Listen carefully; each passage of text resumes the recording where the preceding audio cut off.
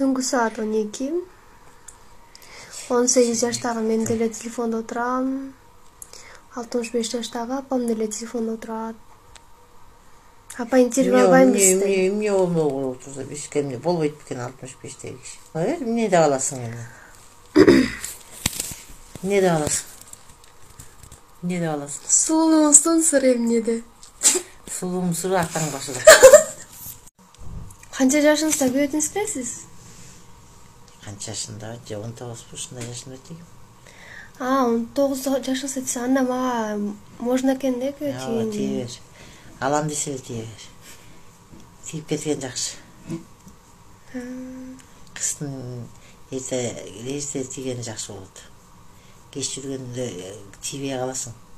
Тандап каласың. Сиз эмне жүрөсүз азыр? Мен кимге тием? Айылда абайды ал десем да албайт. Мени ким алат эми? Ким алат? Мен шылдыңдайсың го. Жок, сиз кайра эле Москвага кетем десем, Москвадан бирөө таап аласыз эмессизби жайына? Москвага кетем дем, бияктан көй жок болсо Москвага барып келейин, Москвага иштеп келейин. Атам менен ой, эмне болуп калды? Ажырашпай өлүп калган чоң атаң, каякта ажырашканды айтасың. Эмне болуп кетти? Канча жашы бар эле? 37 жашында өлгөн. 37? Ооба. Получается, почти жарым жашоо жашап турсуңар анан. Анан күйөөгө тийген жоксуң. Эми күйөөгө тийген жок, эми каяктан тием мен? Эч ким албаса кантип тием эми? Эч ким албасабы же желанияңыз жокпу? Желание деле жок болду, желаниянын балекетин алам, 5 бала турса. Мына аял болуп мен түшүнүп берейин, сиз кантип желанияңыз болбосун? Желание болгон жок айдан, элди ойлогон жокмун мен, балдарым багам деп эле жүрдүм.